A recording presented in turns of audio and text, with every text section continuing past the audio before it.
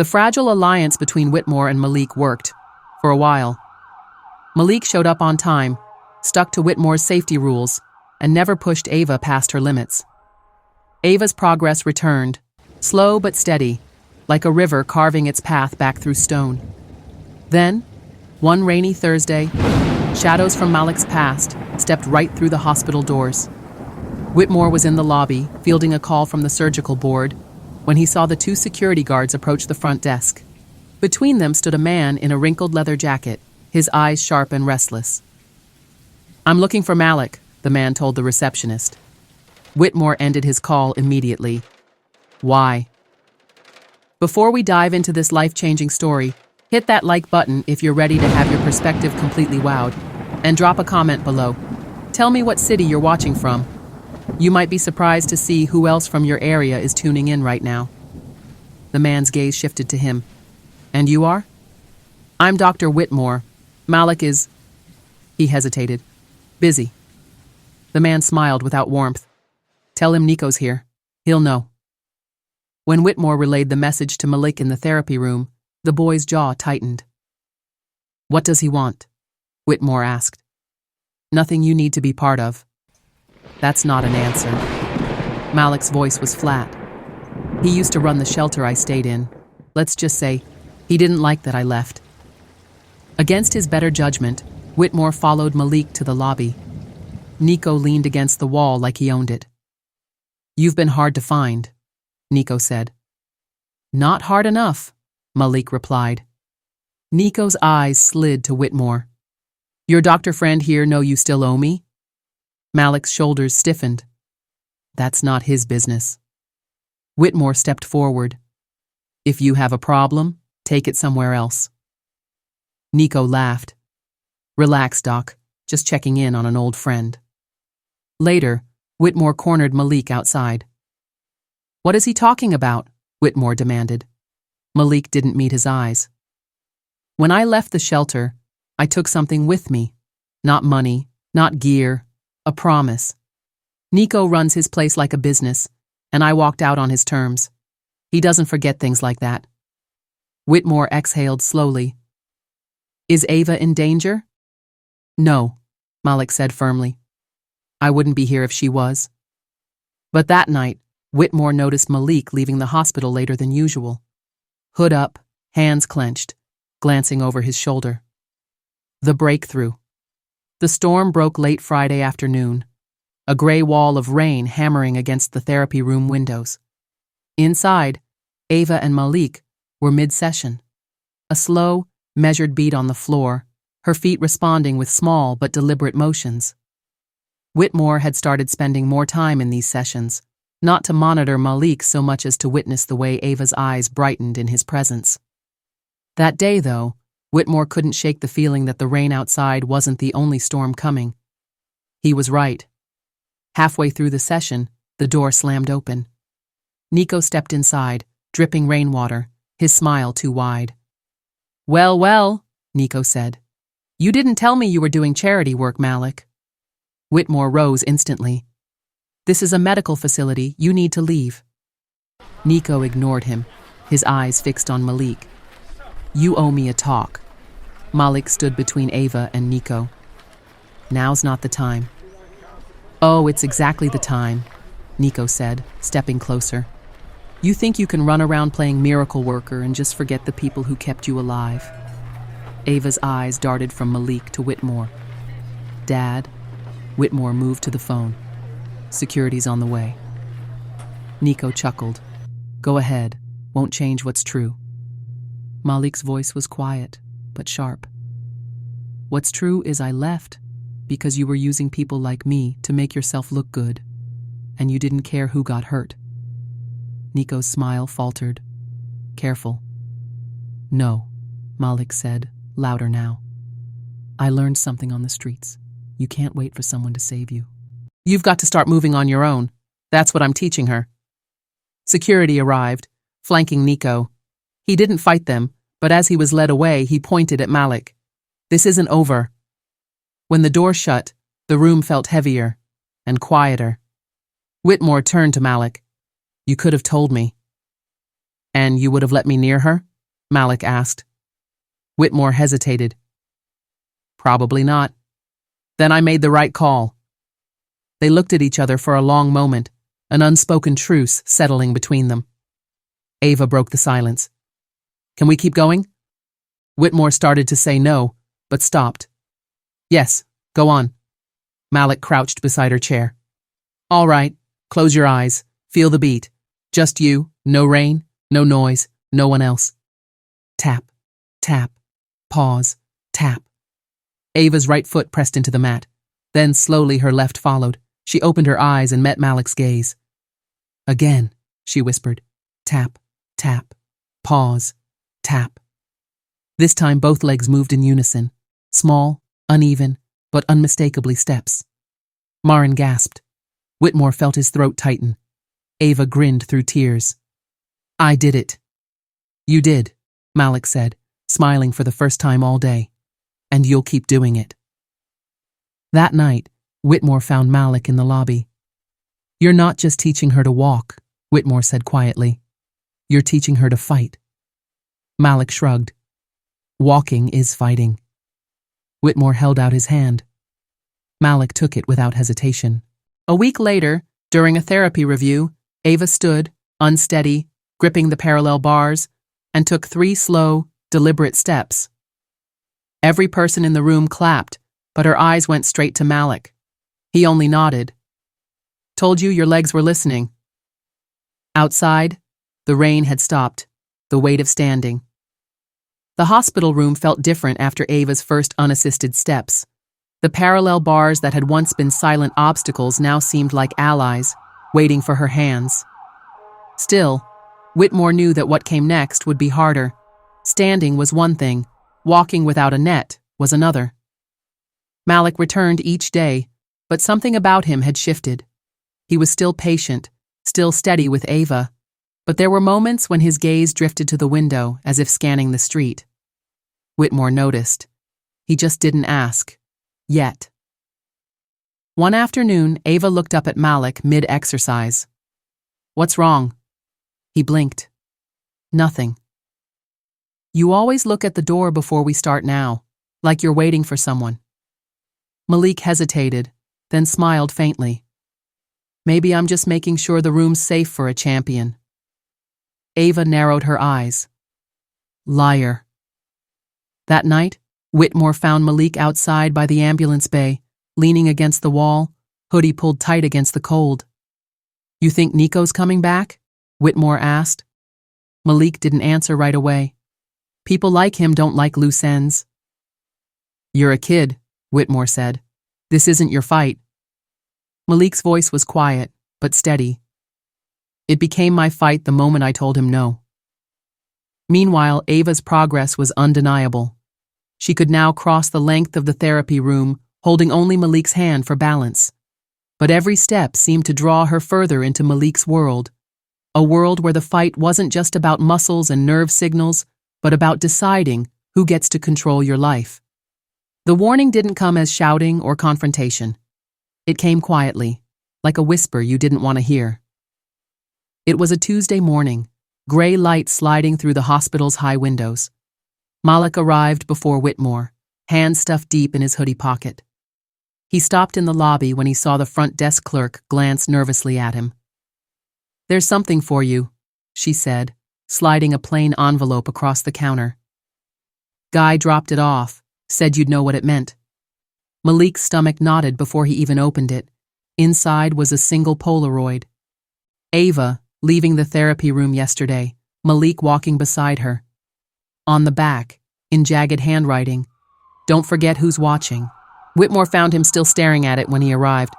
What's that? Whitmore asked. Malik shoved it into his pocket. Nothing. Don't lie to me. Malik's jaw tightened. It's just a message. Whitmore studied his face. From Nico? Malik didn't answer, but the silence was enough. That day's therapy was different. Ava moved well, her steps longer, her grip on Malik's hand lighter. But Malik's eyes kept darting toward the windows, the hallway, the doors. He caught every shadow, every passing figure. Ava noticed. You're making me nervous, she said, pausing mid-step. I'm just keeping an eye out, Malik replied. For what? Trouble. After the session, Whitmore pulled Malik aside in the empty hallway. You can't let this spill into her life. It already has, Malik said, voice low. That picture. They're saying they can get close to her. That's a threat, Doc. Not just to me. Whitmore's hands curled into fists. Then we call the police. Malik shook his head. They won't touch him. He's not stupid enough to get caught with anything real. Then what's your plan? Whitmore asked. Malik's eyes hardened. Make sure he knows she's off limits. That night, Malik didn't go straight to the shelter or the bench in the park he sometimes slept on. He walked the streets instead, scanning every alley, every corner, until he found the place he knew Nico liked to hold court, a rundown diner at the edge of the industrial district.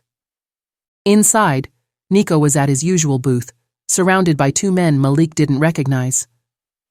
The smell of burnt coffee and stale grease clung to the air. Malik slid into the booth opposite him. You keep me out of it, Malik said flatly, but you stay away from her. Nico smirked.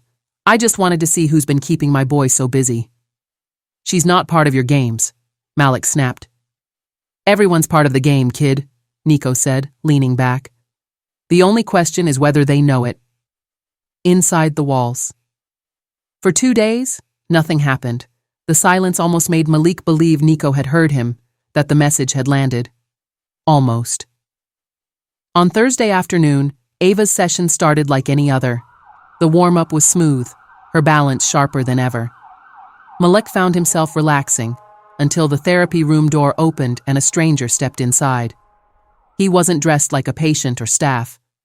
Work boots, a heavy jacket despite the mild weather, a thin smile that didn't reach his eyes. He leaned against the wall, watching. Whitmore looked up from the parallel bars. Can I help you? The man didn't answer right away. His gaze slid over to Ava, then Malik. Finally, he said, Just here to see what all the fuss is about. Malik moved without thinking, stepping between the man and Ava. This is private. You need to leave. The man chuckled. Nico says hi. That name dropped like a lead weight in the room. Whitmore stiffened. Ava's hands tightened around the bars. Get out, Malik said, his voice low and sharp. Sure, the man replied, backing toward the door. Just remember, we can come in any time. He left without another word, the door clicking shut behind him. Whitmore turned to Malik. That's it. We're involving security. They can't follow me home, Malik said, and they can't protect her when she leaves here. Ava's voice cut through the tension. I don't want to stop coming. I'm not going to hide. Malik looked at her, and for the first time he realized she wasn't just learning to walk. She was learning to stand her ground. That evening, Whitmore called in a favor from an old friend in law enforcement. They couldn't move on Nico directly, but they could watch the hospital, increase patrols, and make sure Ava was never alone outside therapy. It was a start, but Malik knew it wasn't enough. If Nico wanted to prove a point, he wouldn't wait for them to be ready.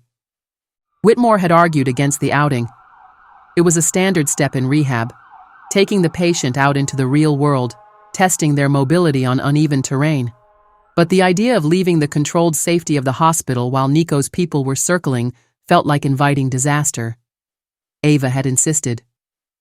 I can't live in here forever, she said.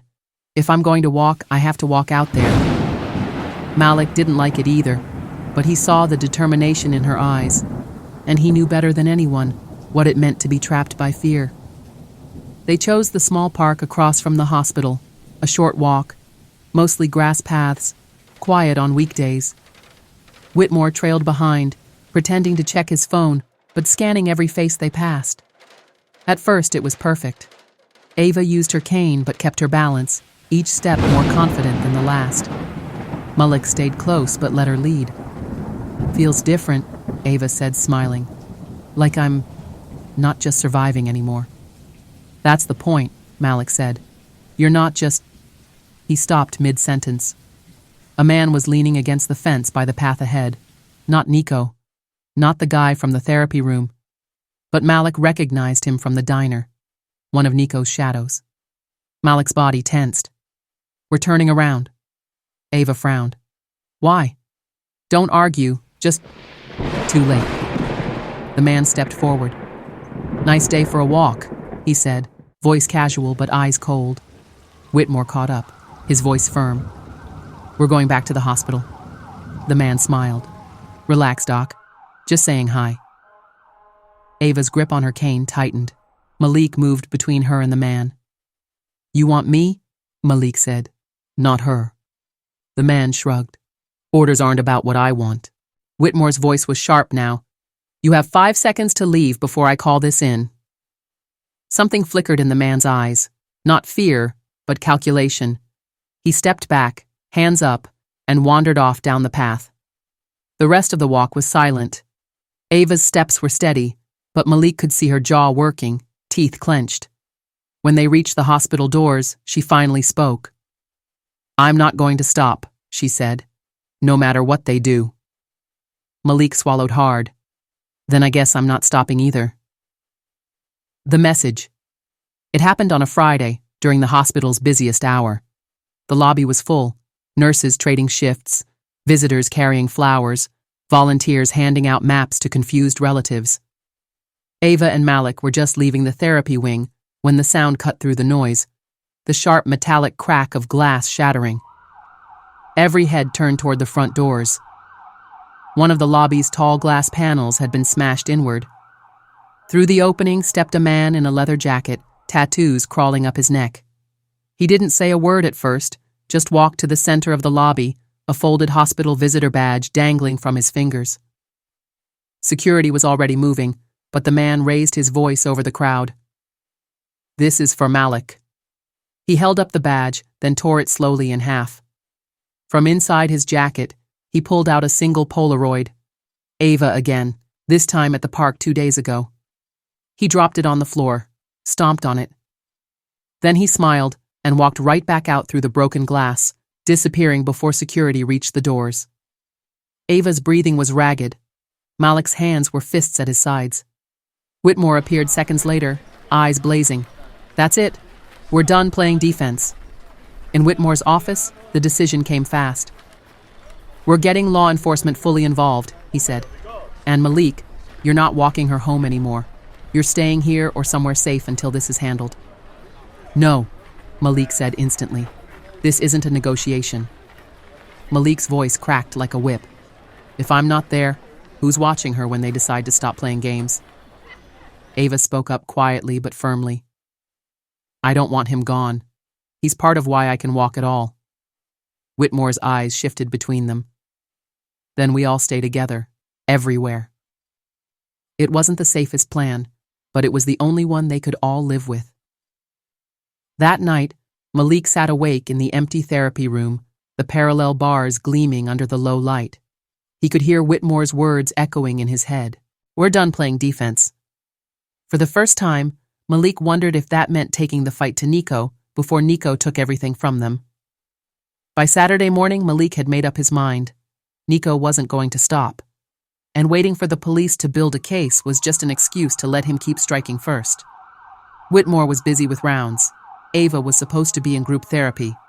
Malik slipped out, hoodie pulled low, phone left behind. He knew exactly where Nico would be. Same diner, same corner booth. But when he got there, the booth was empty. Only a waitress refilling sugar packets gave him a second glance. "You just missed him," she said. "Warehouse district, by the old rail yard." The warehouse was half collapsed, sunlight slicing in through holes in the roof. Malik stepped inside, senses sharp. Nico's voice came from the shadows. "I was wondering when you'd show." 3 men emerged from the dark, spreading out to block every exit. "You've been making my life complicated," Nico said, walking forward, "and you're making the mistake of thinking you can protect her." Malik took a step closer. "She's off limits." Nico smiled. "You think she's your responsibility? She's leverage, and leverage moves people." The first punch came from the side, a blur Malik barely dodged. He grabbed the guy's jacket, slammed him into a rusted support beam. Another swung, and Malik felt the impact crash into his ribs. "Stop!" The voice was Ava's. Malik's head snapped toward the door. She was standing there, hair windblown, cane in one hand, the other gripping a heavy flashlight like a weapon. "You want to scare me?" she said, eyes locked on Nico. "Here I am." Nico laughed, low and slow. "Well, this just got interesting." Malik's stomach dropped. He'd come to end the threat. Instead, it had just doubled. Ava's entrance froze the room, if only for a second. Malik used it. He shoved the man closest to him into another, sending both sprawling. "Move!" he barked at Ava. She didn't hesitate. Cane in one hand, she tossed the flashlight to Malik. He caught it, swung hard, the metal edge cracking against a third man's forearm. Nico stayed back, watching, smirking. "You've got fight, I'll give you that." "You've got a big mouth," Malik shot back. He sidestepped a wild swing, pulling Ava toward the far wall. There was a loading bay door, chained, but with daylight spilling through the gaps. Malik scanned the ground. A rusted crowbar lay near an overturned crate. He grabbed it, jammed it into the chain links.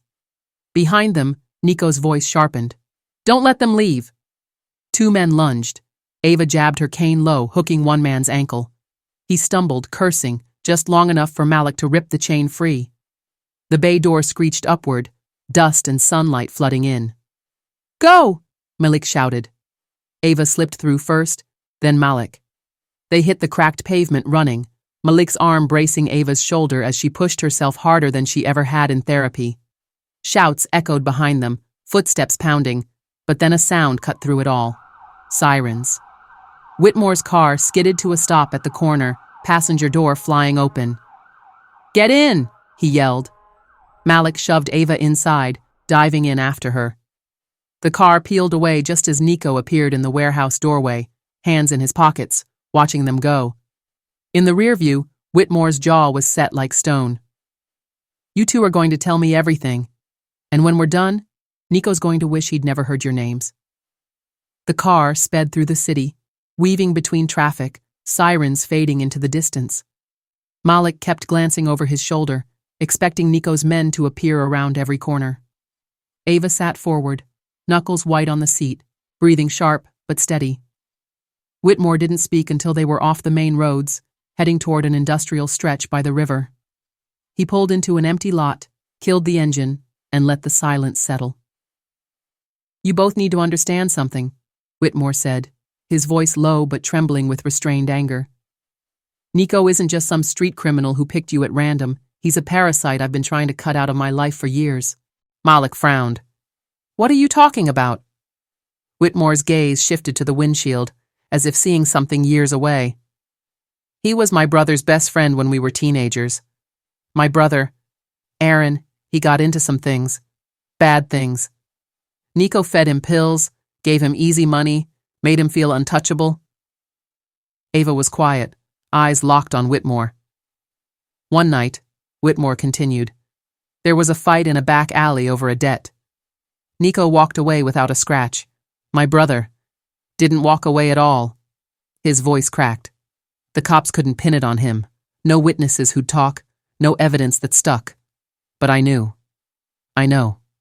Malik's jaw tightened. "And you've been waiting to get him back." "Not waiting," Whitmore said, turning to look at Malik. "Trying. I've been feeding the right people information, pushing investigations.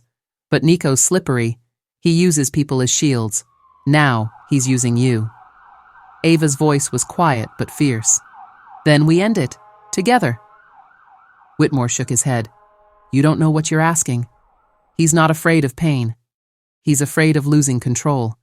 If we make him feel like he's the one being hunted, that's when he'll make mistakes." Malik leaned forward. "Then let's make him feel it." Whitmore hesitated. "This isn't about revenge anymore. It's about survival. If you stay in this, you're going to see sides of yourselves you might not like." "I already have," Malik said, "and I'm still here." Ava's grip on her cane tightened. "Me too." Whitmore studied them both for a long moment. then reached into the glove compartment and pulled out a folded map, marked with red X's. "This," he said, "is everywhere Nico's been in the last 2 weeks. If we move fast, we can catch him between safe houses. But once we start this, there's no going back." The weight of the moment hung heavy, but none of them looked away. For the first time, the fight wasn't about running or hiding. It was about hunting. The map spread across Whitmore's desk looked like a war plan. Red X's for Nico's safe houses, blue circles for possible escape routes, black lines for places Whitmore had already set up watchers. But there was one spot, an old machine shop on the south edge of town, with no marks at all. "That's where we hid him," Whitmore said. "No security cameras, no regular patrols. His men use it to store shipments before moving them." "How do we know he'll be there tonight?" Malik asked. Whitmore slid over a thin folder. 2 hours ago, one of my contacts saw him heading that way with a truck. He'll be unloading until midnight. That's our window. The plan was simple. On paper, Ava would wait in Whitmore's SUV a block away with the engine running. Whitmore would cover the front entrance. Malik would take the rear loading dock, cut off Nico's exit, and force him inside. No one mentioned what would happen inside. They didn't have to. By nightfall, the air had turned cold enough to bite. The streets near the machine shop were quiet. Too quiet. Malik crouched in the shadows of a dumpster, eyes locked on the back door. The smell of oil and rust drifted out from the shop. At 11:42, he heard it, a low rumble of an engine shutting off, boots on concrete. The metal door creaked open, and Nico stepped out, alone, carrying a crate. This was it. Malik stepped from the shadows. "Evening." Nico froze mid-step, then grinned. "You again? Guess you didn't learn the first time?" Malik didn't move closer. "Put the crate down." Nico laughed. "Or what?" From the corner of his eye, Malik caught movement. Not Whitmore, not Ava. 2 men in dark jackets appeared at the far end of the alley, moving fast. "Thought you were hunting me?" Nico said, setting the crate down gently. "I'm the one who set the bait." In the front of the shop, a burst of shouting and metal clanging echoed. Whitmore's voice cut through, sharp and angry. Malik realized too late. Nico had known about the plan, every step. The 2 men lunged. Malik swung first, his fist connecting with one's jaw. The other grabbed him from behind, driving him into the wall. His ribs screamed from the impact. Ava's voice called from the SUV. "Malik!" She was out of the car now, cane raised like a blade. Nico, calm as ever, stepped toward her. "You really don't learn, do you?" Whitmore barreled into view, blood on his temple, gun in hand. "Get away from her." For a second, everything was still. 4 people locked in a perfect, dangerous square. Then Nico smiled, and somewhere, inside the machine shop, a fuse started hissing.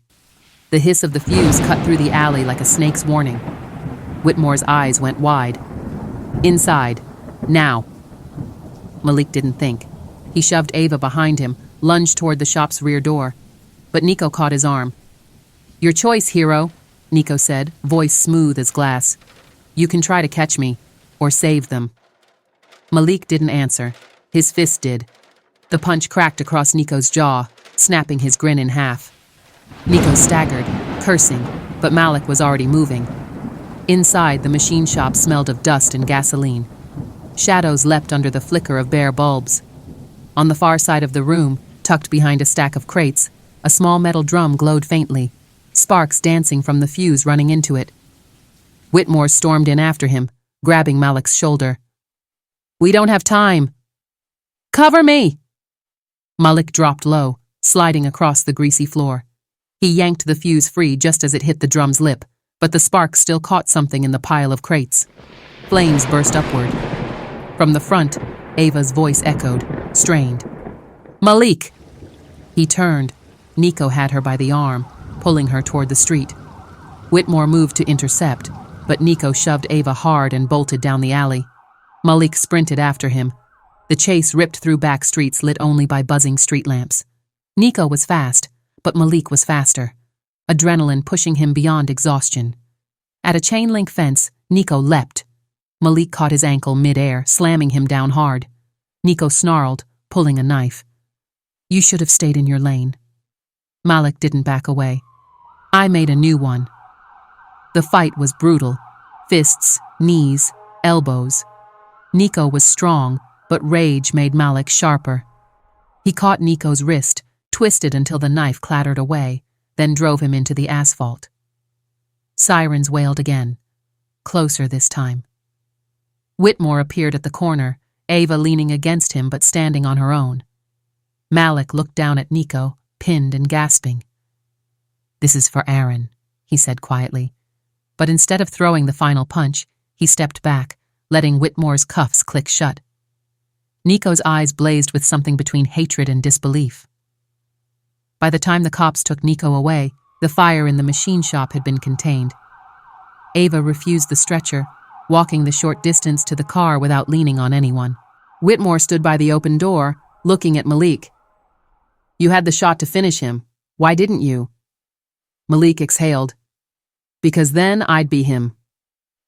Hours later, dawn broke over the city. Ava sat on the hood of the car, cane across her lap, watching the light spill over the rooftops. "You know," she said softly, "I think I just took my first real steps tonight." Malik smiled, leaning beside her. "Me too." Nico's trial made headlines for weeks. Whitmore's testimony was the final nail, but Malik and Ava's names never appeared, a favor Whitmore said they'd earned. The city still had its shadows, but now, so did they. Places in themselves they'd been forced to explore and survive. And when they walked away from it all, they didn't walk alone.